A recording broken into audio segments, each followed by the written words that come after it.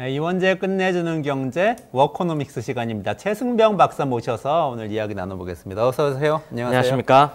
아니 2주 동안 자리 비우셨는데요. 출장 갔다 오셨는데 네네. 그 사이에 지금 전 세계가 뒤집어지고 있는 것 같아요. 어떻게 된 겁니까? 그렇습니다. 뭐 그 사이에 굉장한 일들이 벌어졌죠. 그러니까요. 자리만 비우시면 이렇게 중동에서 이제 큰 일이 벌어졌는데 우리는 사실 총선 때문에 좀 정신이 팔려 있었어요. 국내 네. 정치 많이 다뤘고 국내 경제 많이 다뤘는데 정신을 차리고 보니까 이스라엘하고 이란이 지금 직접 군사 충돌 그거는 거의 안 한다고 지난번에 말씀해 주셨는데 네, 맞습니다. 이거 웬만해서 안 하는 일인데 네. 이번에 그런 큰 일이 두 차례나 벌어졌네요. 그래서 뭐 최 박사님 가신 사이에 환율도 엄청 올라가지고요. 조금 늦게 가셨으면 많이 손해 보실 뻔했어요. 네, 맞습니다. 뭐 그 사이에 어제였죠? 어제 장중 1,400원 살짝 넘어설 맞아요. 정도까지. 네네네. 제가 출장 가기 전에는 1,300원대에도 초반에서 내려가지 않을까 기대하고 있었는데 이건 뭐 1,400원까지 올라갔네요. 네. 일단 좀 짚어보죠. 오늘 이스라엘하고 이란하고 충돌한 문제 좀 깊이 있게 다뤄봐야 될 것 같은데요. 일단은 지난번에 네. 그 말씀하실 때는 이란이 이스라엘 직접 공격하고 하는 거는 가급적이면 이제 서로 안 하려고 한다고 네. 말씀하셨는데 이란이 공습을 했어요. 근데 알고 보니까 그 전에 이스라엘이 시리아에 있는 이란 영사관 공격한 게 또 발단이 됐고 그런 상황이죠. 네, 뭐 간단하게 정리를 해보겠습니다. 일단 벌써 2주일이 지났네요. 이제 4월 1일에 이스라엘이 전격적으로 직접 이란을 때린 것은 아니고 시리아 다마스커스 수도죠. 거기에 있는 이 한 건물을 때렸습니다. 근데 이곳이 다마스커스의 이란 외교 건물들이 밀집해 있는 곳인데요. 특이하게도 여기는 대사관이 있고 그 옆에 영사관이 또 붙어 있고 이번에 때린 거는 그 영사관에 있는 또 부속 건물이었습니다. 근데 여기가 이 단순한 그냥 외교 민간 건물이 아니라 이스라엘이 주장하기로는 여기가 이란 혁명수비대의 이 안전가옥이다. 그래서 폭격을 여기를 했는데 이 혁명수비대의 굉장한 고위 인사들이 여기서 한꺼번에 폭사한 일이 또 벌어졌습니다. 15명 정도가 사망한 걸로 지금 정리가 되고 있는데요. 여기에서 혁명수비대 장군이 2명이나 죽었습니다. 네. 저희가 지난번에 계속 말씀드린 것이 이란이 직접 움직이는 것이 아니라 혁명수비대를 이용을 해서 이 중동 곳곳에 있는 친이란 무장 세력들, 이 레바논의 헤즈볼라라든가 맞아요. 뭐 이제 이 후티 반군 이런 세력들을 이용을 해서 간접적으로 지금 계속 이스라엘을 괴롭히고 있었다고 하는데 이 시리아도 마찬가지로 시리아 내전에 이란이 개입한 이래 이곳을 굉장히 중요한 거점으로 생각하고 사실 이곳을 거점으로 해서 헤즈볼라까지 다 통제하는 지금 그런 상황이었죠. 네. 그래갖고 여기에 지금 나와 있던 이 장군들이 누구냐면은 저희가 왜 이란 이 혁명수비대 하부 조직이 있는데 그 중에서 비정규전을 총괄하는 이 조직으로 쿠드스군이 있다고 얘기했지 않습니까? 그렇죠. 솔레이마니 장군도 네. 쿠드스군 출신이라고 그랬죠. 맞습니다. 미국이 폭사시킨 그 솔레이마니 장군 그리고 또 지난번 올 초 테러의 빌미가 됐던 그 솔레이마니 장군이 바로 이 쿠드스군 사령관으로 유명한 사람이었는데 그 추모 행사 때 맞습니다. 폭탄 테러가 네네네. 일어났었던 거죠. 네. 그렇죠. 그거는 또 IS가 저지른 그 사건이었는데 그 쿠드스군의 이 지부가 여기 또 이 레바논 군단이라고 있습니다. 그 레바논 군단 사령관이 이번에 사망을 했습니다. 무함마드 레자 자이디 준장이라고 하는 이 레바논 군단 사령관과 또 그 부사령관 라이미 준장이 죽었고 이 장성 2명을 비롯해서 그 외에 5명의 혁명수비대 장교들이 사망을 했습니다. 그러니까 이란 입장에서는 또 굉장한 타격을 입었다 이렇게 생각할 수도 있겠는데 이스라엘이 그렇게 이란 영사관을 폭격한 것 자체는 그건 전쟁 행위는 아니에요? 국제법 위반하는 그런 행위는 아닌가요? 네, 이것도 뭐 감론을박이 있었는데 엄밀하게 얘기하면은 국제법 위반은 아닙니다. 사실 뭐 그 국제 조약이 뭐 물론 이 허점이 되게 많은데 기본적으로 이 국가 대 국가로서 자국 내에 있는 외교 공간은 보호해야 되는 그런 거는 이 조약의 규정이 딱 돼 있는데 이거는 제3국 시리아에 있는 공간을 때린 것이기 때문에 이거에 대한 명확한 규정은 없어요. 다만 뭐 이게 관습적으로 우리가 그래도 외교 공간이라고 하면은 이건 굉장히 보호해야 되는 중요한 이 존중해야 되는 시설로서 그거에 대해서는 당연히 비난할 수밖에 없는데 이스라엘은 또 이거에 대해서 이거는 단순한 민간 외교 시설이 아니다. 이거는 부속 건물이고 이거는 이란 혁명수비대 우리가 국제사회에서 테러 단체로 규정하고 있는 이 혁명수비대의 이 안전 가옥이기 때문에 이거는 우리가 정당한 공격이다. 특히나 지금 계속 헤즈볼라가 이란의 사주를 받고 이스라엘을 향해서 계속 미사일을 날리고 있는데 지금 이 상황에서 우리의 자위권 발동이다라고 지금 이렇게 주장을 하고 있죠. 그렇군요. 이거 좀 모호한 위치에 있네요, 정말. 네. 근데 네, 뭐 그렇다고 해서 이번 폭격이 결코 정당화될 수 있는 수는 아닌 것 같고요. 상당한 그래도 무리수를 둔 거죠. 네타냐후가 그렇죠. 정말 이번에 대부분의 정상적인 국가라고 하면은 너는 너무 심한 걸 이런 얘기가 나올 정도의 짓을 저지르긴 했습니다. 지난번에 분석해 주실 때 이거는 국내 정치용이다 이렇게 분석하시기도 네. 했는데 이스라엘 너무 강경하게 나가 네타냐후의 정치적인 어떤 동기가 작용한 거다. 네. 이번에도 마찬가지인 것 같습니다. 저희가 계속 지금 하마스 전쟁 얘기하면서 네타냐후는 지금 전쟁을 끝내서는 안 된다. 그럴 상황이 아니다. 국내 정치적으로 그 얘기를 해드렸는데 역시 그 연장선에 있는 게 아닌가 싶습니다. 지금 하마스 쪽이 거의 생각보다 하마스가 지금 저항을 못하고 있으면서 국제사회에 지금 종전 압력이 계속 거세지고 있지 않습니까? 근데 지금 네타냐후는 이 정도 갖고는 뭐 국내에 내세울 만한 그런 게 전혀 없기 때문에 뭔가 조금 더 전쟁을 이어나갈 수가 필요했는데 마침 헤즈볼라가 자꾸 이제 건드리는 걸 빌미 삼아서 이번에 확실하게 한번 이란을 건드려 보자, 볼집을 한번 쑤셔 보자라는 그런 좀 돌발적인 생각을 했던 것 같습니다. 벌집을 쑤셨는데 벌이 들고 일어난 거라고 봐야 되는 건가요, 그러면? 아무래도 쑤셨는데 또 이란도 굉장히 위신을 중시하는 나라여서 그리고 특히 장성이 2명이나 죽었는데 이거 가만히 있을 수는 없죠. 근데 이란 입장에서도 이게 굉장히 고민한 흔적이 보입니다. 이걸 그렇다고 해서 우리 이것도 화끈하게 보복을 했다가는 이건 이스라엘의 수에 말려드는 거거든요. 그렇죠. 이스라엘이 지금 노리고 있는 것이 이러면은 이란이 발끈해서 이란이 막 세게 맞받아치면은 그걸 핑계로 해서 그거 봐라 저 테러리스트 본색 나온다라고 하면서 그렇게 되면 아무래도 이란 대 이스라엘의 정면 충돌 국면으로 가면은 이 주변의 아무래도 자유진영 국가들이 어쩔 수 없이 그래도 조금 더 덜 미운 이스라엘 쪽을 지원해 줄 수밖에 없거든요. 그래서 이란도 이런 상황은 바라지 않기 때문에 굉장히 좀 어떻게 할까 고심고심하면서 그래도 우리 보복은 반드시 하겠다라고 천명하다가 지난 며칠 전인 4월 13일에 이 대규모 드론과 순항미사일과 탄도미사일을 섞은 공격을 퍼붓던 것이죠. 세 가지를 한꺼번에 사용한 거죠? 네, 맞습니다. 처음에 먼저 드론은 아무래도 느리기 때문에 한 170여 대 보내갖고 먼저 이스라엘의 방공망을 흔들어 놓고 그 다음 속도가 느린 순항미사일이 들어가서 또 공격을 시도하고 가장 속도가 빠른 탄도미사일이 마지막으로 거의 동시에 이제 한꺼번에 때림으로써 그 중에 일부가 저에게 타격을 주길 기도하는 이런 좀 입체적인 작전을 시도했습니다. 지난번에 나오셨을 때 우리 이란에 대해서 우리 특집으로 여러 차례 다뤘잖아요. 네, 그중에 혁명수비대 다룰 때 제가 정말 놀랐던 거는 이란의 혁명수비대 저는 테러 단체 이런 정도로 생각했는데 그게 아니고 공군과 미사일 전력 이런 게 굉장히 강하다고 그때 말씀하셨어요. 맞습니다. 뭐 중동 지역에서 거의 뭐 최강급의 이런 미사일 전력을 보유하고 있죠. 뭐 일반적인 항공기 전력은 사우디나 그런 쪽이 이스라엘이 더 강하다고 하지만은 그에 대한 비대칭 대응 수단으로서 이 이란은 굉장히 이런 드론이나 이런 미사일 전력에 공을 들여왔고요. 이번에 그 막강한 전력의 일부를 갖다가 선보였습니다. 이번에 처음에 투입한 드론이 우리가 그 자폭 드론, 이 샤헤드 136 기종으로 지금 대부분 알려지고 있는데요. 이게 앞에 실을 수 있는 폭탄이 한 50kg 정도 되고 이게 2,500km 정도를 날아서 공격을 할 수가 있습니다.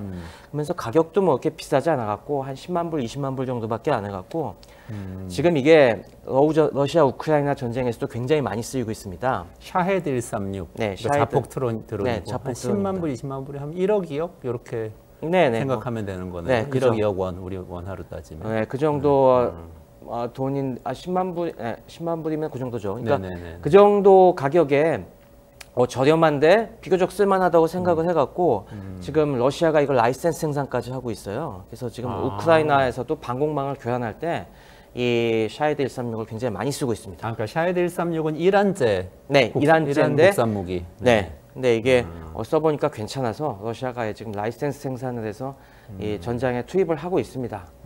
예, 그래서 이게 지금 대략 한 170대 정도 미리 날려 보냈는데 이게 단점이 있습니다. 드론은 아무래도 이게 프로펠러로 날아가는 거여 갖고 네. 속도가 느려요. 아. 최고 속도가 한 180에서 한 200km 정도밖에 안 되기 때문에. 비행기하고는 다르군요. 네.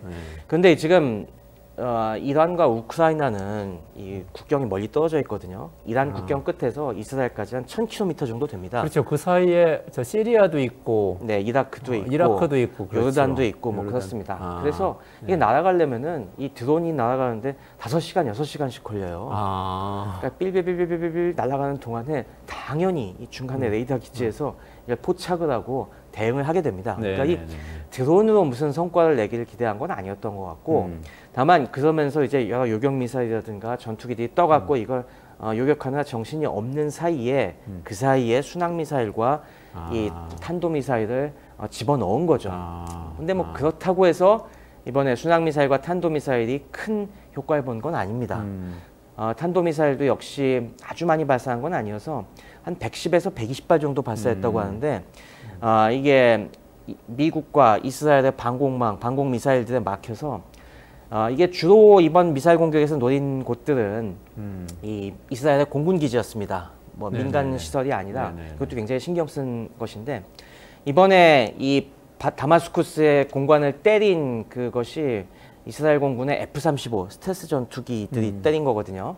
이들이 발진한 기지가 이 이스라엘 중부에 있는 이 공군 기지들, 네바팀 공군 기지 같은 곳들이었는데 이곳을 주 목표로 삼았습니다. 그만큼 우리는 너네들이 해준 만큼 갚아주려는 것이다라는 의도를 확실하게 보인 거죠. 그런데 뭐 이 쏜 한 100발이 넘는 탄도미사일 중에서 이 비슷하게라도 맞은 건 9발밖에 없는 걸로 알고 있습니다. 나머지는 다 요격을 당했어요. 9발만 빼곤 다 요격을 당한 거고요. 네. 조금 아까 말씀하신 그 드론이 날아가고 순항 미사일이 가고 탄도 미사일이 또 가잖아요. 드론은 이제 뭔가 교란시키려고 했다고 하셨는데 순항 미사일, 탄도 미사일도 좀 다른 기능이 있나요? 순항 미사일은 아무래도 훨씬 더 빠르게 이건 뭐 제트 엔진을 탑재하고 있기 때문에 그 사이에 또 얘네들은 조금 더 저공으로 이제 쫙 날아갔고 타격하는 거지만은 그러니까 시간차를 좀 포착하고 대응할 시간을 덜 주는 무기라는 것이죠. 순항 미사일은 그래도 5시간까지는 안 걸리고 뭐 길어야 뭐 1시간, 2시간 정도 여유밖에 없고 탄도 미사일은 또한 여유 시간이 한 30분 정도밖에 없기 때문에 그런 면에서 훨씬 적에게 기습적으로 공격하기는 쉽죠. 그렇군요. 하지만 그래도 이 따져 보면은 대략 한 97%, 뭐 이스라엘 쪽은 99%라고 주장을 하지만은 97% 가까이가 지금 요격이 된 상태였고요. 그러면 실패한 공격이라고 봐야 되는 거겠네요?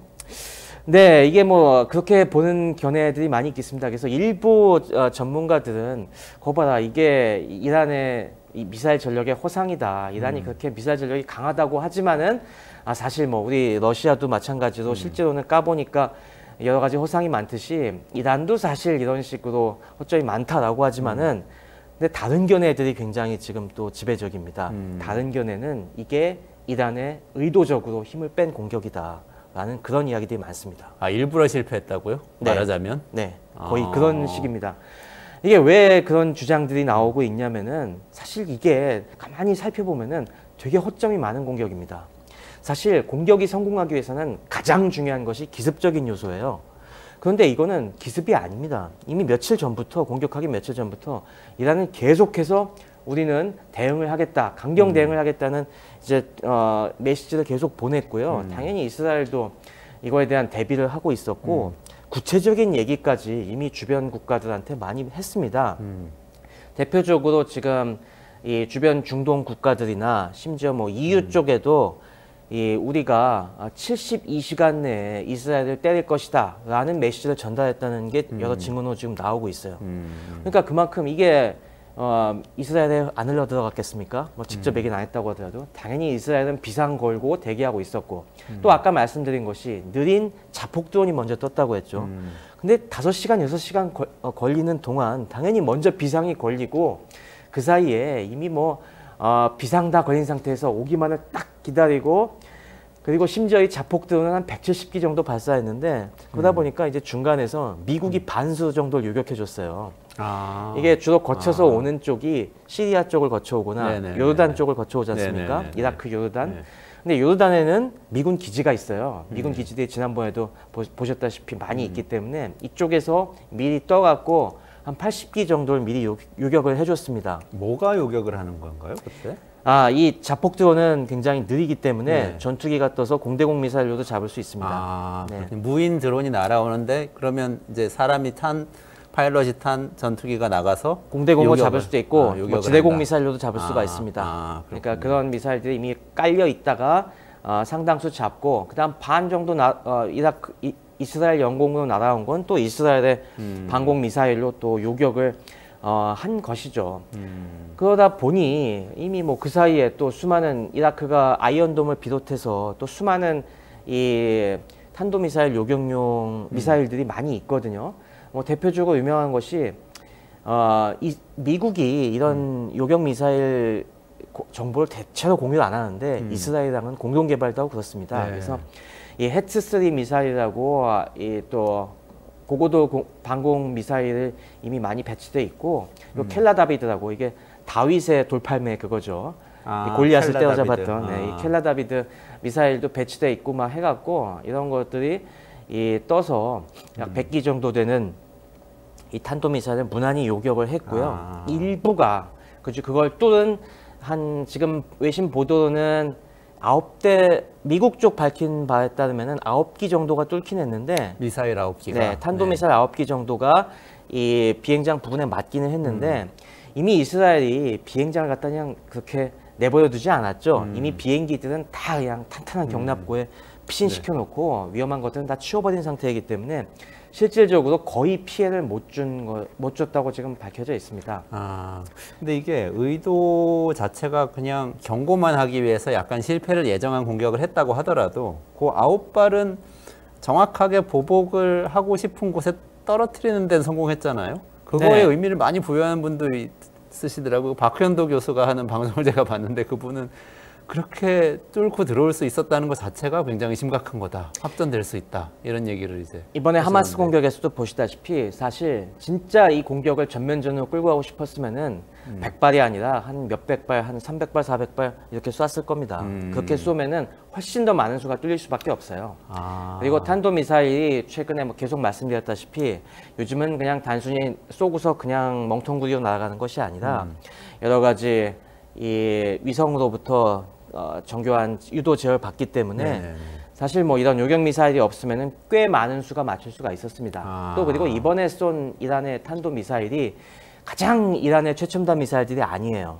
그래요? 네, 조금 구형들을 썼습니다. 이런 거 하나하나 보면은 이란은 이번에 이스라엘을 크게 뭔가 타격할 의도는 분명히 없었던 것 같아요. 이란의 그 탄도미사일 종류는 잘 알려져 있나요? 네, 여러 가지가 지금 알려져 있고 한데 그 중에서도 뭐 가장 최첨단이라고 불리고 이제 공개했던 것들은 물론 수가 부족해서 그런 걸 수도 있겠지만은 이번에 쓰지 않았습니다. 그리고 충분히 이스라엘과 미국이 요격할 만큼만 쐈다는 거죠. 어떻게 보면 그 개수를 봤을 때 네. 그게 한 100몇 발 정도는 요격할 수 있다. 그 정도는 충분히 요격할 수 있죠.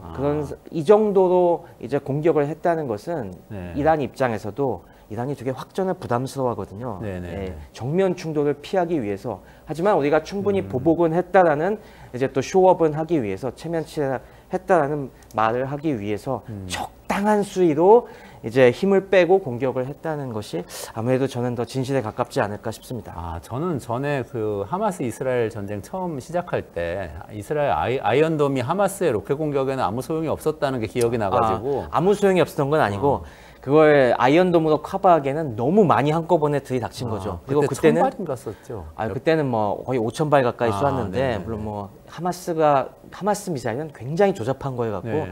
그냥 파이프 용접하고 거기다 대충 뭐 채워넣어서 만든 거여 갖고 네. 뭐 그거는 이란이 쏘는 미사일에 비할 바 못 되고요. 네네네. 어쨌건 그것도 그렇게 많은 수를 쏘면은 아이언돔이 한꺼번에 커버하기 힘든데 이번엔 그거보다 훨씬 더 적은 수를 썼다는 거. 네, 그만큼 뭐 막아봐라. 우리 뭐 우리 체면치레 하겠다. 이렇게 내세운 거였죠, 사실. 그래서 이번엔 아이언돔이 작동을 한 거라고 네. 볼 수 있는 거죠. 잘 작동은 했죠. 뭐 이스라엘이 몇백 발까지 감당할 수 있을지는 저도 정확히 모르겠습니다만은 100발은 충분히 감당하는 수준이다. 아, 그렇군요. 그러면은 지금 어쨌든 이란 입장에서도 확전은 원하지 않는다. 이런 사인이라고 보면 일단 이스라엘도 그걸 읽었겠네요. 그러면은 네타냐후 입장에서도 확전은 일단 하지 않고 조금 긴장만 고조시킨 상태로 있는 상태? 네, 어떻게 보면 이란 네타냐후의 수가 안 먹힌 거죠. 사실 네타냐후는 이번 공격이 딱 이제 전개되니까 당연히 우리도 강력한 보복에 나설 것처럼 막 메시지를 했는데 이번엔 바이든이 나서갖고 뜯어 말렸죠. 예, 즉시 바이든이랑 직접 연락을 해갖고 우리가 비난은 하지만 너네 편은 들겠지만은 이거 요격도 많이 해줬잖냐. 하지만 더 이상의 이란 직접 공격은 안 된다라고 지금 강력한 메시지를 보냈다는 게 이미 나오고 있고요. 그러다 보니까 네타냐후도 이제 명분이 없는 겁니다. 뭐 이게 맞아갖고 이란 미사일을 맞아서 민간인이 많이 죽었거나 아니면 이스라엘 군이 큰 피해를 입었으면은 보복의 명분이 설 텐데 이번에 사망자가 안 나왔어요. 오히려 애꿎은 그 요격한 파편에 맞아갖고 유목민 베두인족 7살짜리 여자애가 그 파편에 맞아갖고 중상 입은 거 정도밖에 안 돼갖고. 그건 참 불행하네요. 베두인족은 그 시리아에 있는 부족인가요? 이스라엘 쪽도 있죠. 이스라엘 어쨌건 이 네. 중간에 사막지대에 있는데 하늘에서 뻥뻥뻥 터지는데 애꿎게 그 파편에 맞은 겁니다. 근데 그러다 보니까 이게 정면 대응을 하기에는 이 당한 게 없는데 보복하는 게 좀 애매하거든요. 항상 국제사회의 원칙은 당한 만큼 보복하는 건 인정을 해줍니다. 어느 정도. 근데 네네. 그 이상 넘어가는 거는 이걸 기를 쓰고 말리려고 하죠. 지금 EU나 미국이나 너네 크게 안 당했는데 뭘 지금 더 보복을 하겠다고 그러냐. 계속 이게 나서니까 네타냐후도 칼을 빼지도 못하고 그럼 우리가 조금 더 생각을 해서 보복은 하겠는데 우리가 원하는 방향으로 아주 저기 고통스럽게는 보복을 해주겠다. 지금 계속 일단은 말로 지금 지르고 있는 상황이죠. 지금 그 수위 조절하는 게 굉장히 고심일 겁니다.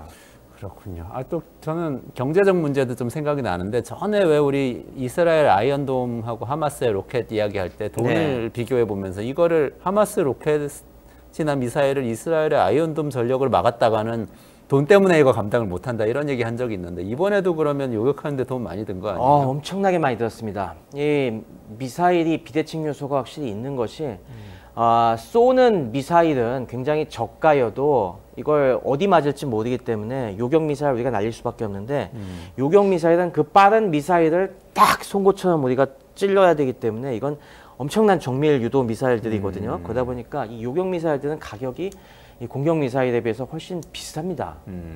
이번에 많이 썼던 것들이 아까 말씀드린 해츠-3 이건 이스라엘제고 그리고 이번에는 지중해에 떠 있는 이 미국의 이지스 구축함들에서도 SM-3 같은 요격 미사일을 많이 쏴줬습니다. 그랬어요?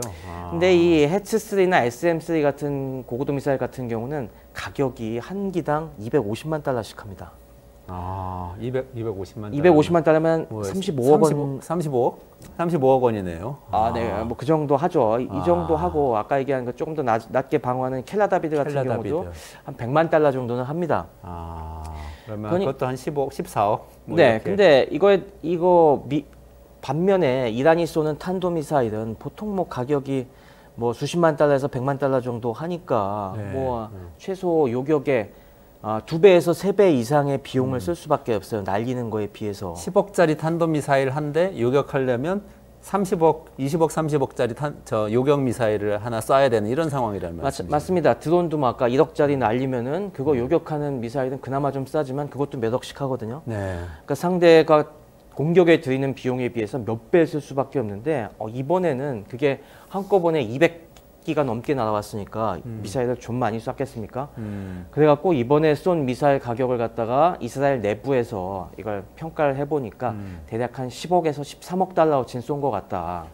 그러면은 이게 우리 돈으로 하면 1.4조 원에서 한 2조 원 가까이 되는 돈입니다. 최대 2조 원이 이번에 들었다. 네, 미사일 이거 요격하는데 막는데 2조 원씩 든 겁니다. 근데 이게 이스라엘 국방 예산이 1년 국방 예산의 거의 한 10%에 해당하는 그런 비용이에요. 1년 국방 예산이 한 20조 원 되나 보죠? 네, 그 정도 되는데 거의 10%를 갖다가 한 번 이 방어하는 데 썼으니 이런 공격이 지속이 되면은 금방 국방 예산 바닥나는 그런 상황이죠. 그럴 수밖에 없겠네요. 이스라엘 인구가 우리나라의 한 4분의 1, 5분의 1밖에 안 되죠? 네, 인구도 별로 안 되고 네. 그러니까 예산도 그렇게 크지 않을 텐데. 네. 그리고 뭐 이스라엘 군대 유지하는데 딴 쪽에도 지상군에도 굉장히 돈이 많이 드는데 네. 이런 요격 미사일에 펑펑 쓸 수 없는 노릇이죠. 그러다 보니까 이게 확전은 뭐 이스라엘도 이 맘대로 지를 수가 없는 겁니다. 진짜 이란도 맘 먹고 탄도미사일 다 쏘기 시작을 하면은 이거 요격하는데 금방 이스라엘 바닥나고 그럼 미국도 걱정할 수밖에 없어요. 미국 입장에서도 그러면 이스라엘 누가 도와줘야겠습니까? 지금 우크라이나 포탄 미국 돈으로 사고 있듯이 미국이 이스라엘 포기할 수 없거든요. 그럼 이스라엘 지원하느라 또 미국 국방비 거덜나는 상황 벌어지면은 바이든 입장에선 진짜 이거 확전을 암담한 상황이 벌어지는 거죠. 이지스함에서 요격 미사일을 쏘고 그러면 이지스함은 항상 거기 전개에 있는 건가요? 이것 때문에 전개를 한다면 그것도 또 엄청난 그 자원이 들지 않아요? 이 지중해와 중동 쪽에 사실 뭐 기본적으로 함대가 깔려 있는데 앞서서 이번에 4월 1일 날 사태 나고 이 이란이 보복을 천명하면서 즉시 이지스함들이 이스라엘 가까이 이미 이동을 했죠. 그래서 미국만 이동한 것이 아니라 또 프랑스와 영국 쪽에서도 이동을 좀 했습니다. 그래서 이번에는 이 나토 국가들까지 다 합세를 해서 이번에 요격에 나선 거죠. 그렇군요. 하여간 네타냐후 입장에선 저는 이런 생각이 아니었을까 하는 추측이 되는데 이렇게 막 뭐 영사관 폭격하고 일을 저질러 놓고 이란이 공격하면 강력하게 대응해서 막아낼 수 있다고 생각하면서도 돈을 많이 썼기 때문에 이걸 빌미로 긴장 고조됐으니까 우리를 좀 도와달라고 손을 벌리면 서방이 도와줄 거다. 뭐 이런 생각을 했던 거 아닐까요? 뭐 돈까지는 모르겠지만 어쨌건 여론상 아무래도 이란과 정면 상대를 하면은 분명히 이스라엘 쪽으로 지금 이스라엘에 대해서 굉장히 지금 국제사회 여론이 안 좋지 않습니까? 그걸 갖다가 그래도 쟤들보다 우리가 낫지 않냐? 라고 하면서 좀 끌어올려는 그런 의도는 분명히 있었을 것 같습니다. 더욱 중요한 거는 국내 여론이 내가 이게 지금 사태 몸이라는 게 아니라 이란이 저렇게 도발하니 어쩔 수 없어 하면서 본인이 그러면서 어떤 좀 이 본인의 공적을 좀 더 내세우고 굉장히 지금 네타냐후의 안 좋은 국내 여론을 어떻게든 좀 반전시키려는 게 더 컸던 것 같습니다. 네타냐후 총리가 지금 극우 연정을 하고 있잖아요. 극우파하고. 그래서 그걸 유지하려는 의도도 있을 거고요. 네, 그리고 또 극우파는 이스라엘 극우파들은 계속해서 이 모든 배후에는 지금 이란이 있다. 이란을 어떻게든 지금 손봐야 된다는 압력이 굉장히 강한데 뭐 그거에 대해서도 연정 유지하려면은 그쪽도 계속 껴안아야 되니까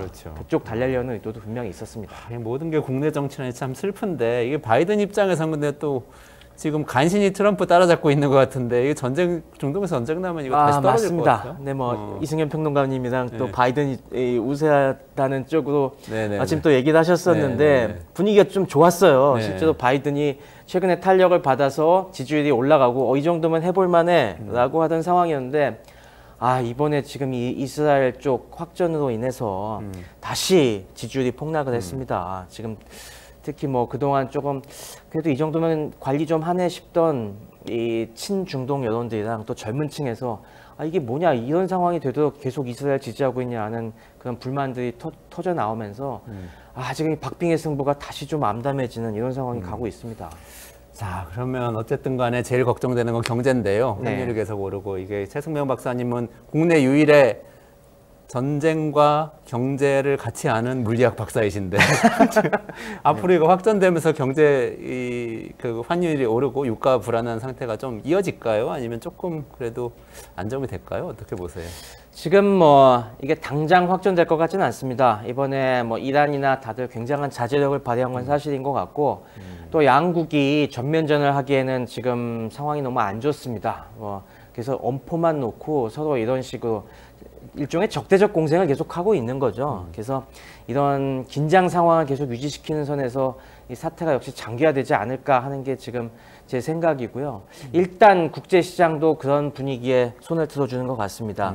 유가가 이번에 폭등하지 않을까 싶었는데 오히려 유가가 지금 굉장히 안정적으로 가고 있고 다만 뭐 국내 환율은 좀 올라가고 있는데 이거는 이 중동 사태 문제보다도 요즘 여전히 미국의 경기가 쉽지 않았다는 신호들이 나오면서 그런 맞아요. 것들이 좀 큰 역할을 하고 있는 것 같고요. 다만 이것이 계속 얘기하지만은 이 쉽게 잦아들 이슈가 아니라는 걸 갖다가 주목하고 싶습니다.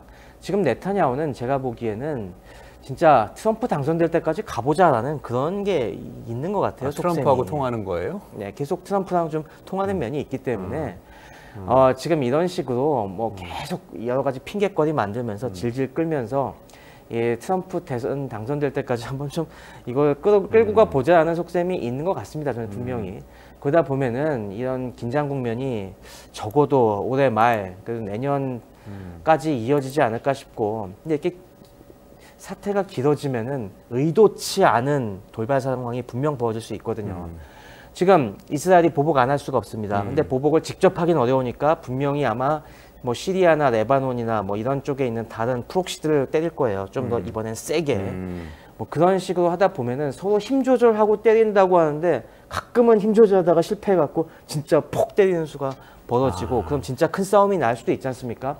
저는 그 가능성이 사실은 걱정이 됩니다.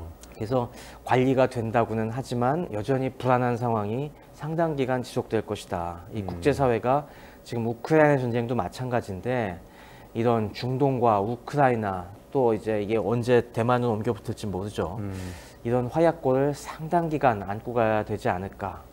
참 답답한 일입니다. 네. 지금 이번에 공격한 미사일이 이란 본토에서도 쐈지만 그 레바논이나 시리아나 뭐 예멘이나 이런 데서도 날아온 거예요? 거기서도 미사일이? 조율을 했습니다. 그러면은- 헤즈볼라도 같이 날렸고 후티 반군도 쐈습니다. 그럼 이스라엘 입장에서는 북쪽에서도 날아오고 동쪽에서도 날아오고 막 그랬겠네요. 네, 뭐 남쪽에서도 날아오고. 여러 곳에서 했는데 네, 앞으로 계속 그러니까 이게 지금 이스라엘을 둘러싼 지금 중동의 상황을 그대로 보여주는 게 아닌가 싶습니다.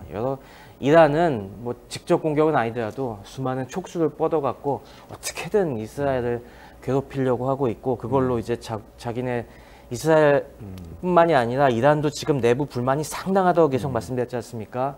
어떻게든 돌리려고 지금 하고 있고 이스라엘도 내부 분열을 어떻게든 이 관심을 바깥으로 돌리기 위해서 바깥에서 불을 지르려고 하고 있고 이걸 또 지금 지켜보는 상대들이 있죠. 뭐 빈살만도 굉장히 심각하게 지켜보고 있고 뭐 튀르키예도 지금 에르도안이나 이런 쪽에서 분명히 이거에 대해서 느끼는 바가 많을 겁니다. 야, 이거 지금 이 상황에서 미국이 화끈하게 어느 쪽 말리지도 못하는 상황에 우리가 지금 어떤 패를 갖고 이제 그 다음 대응을 해야 될까?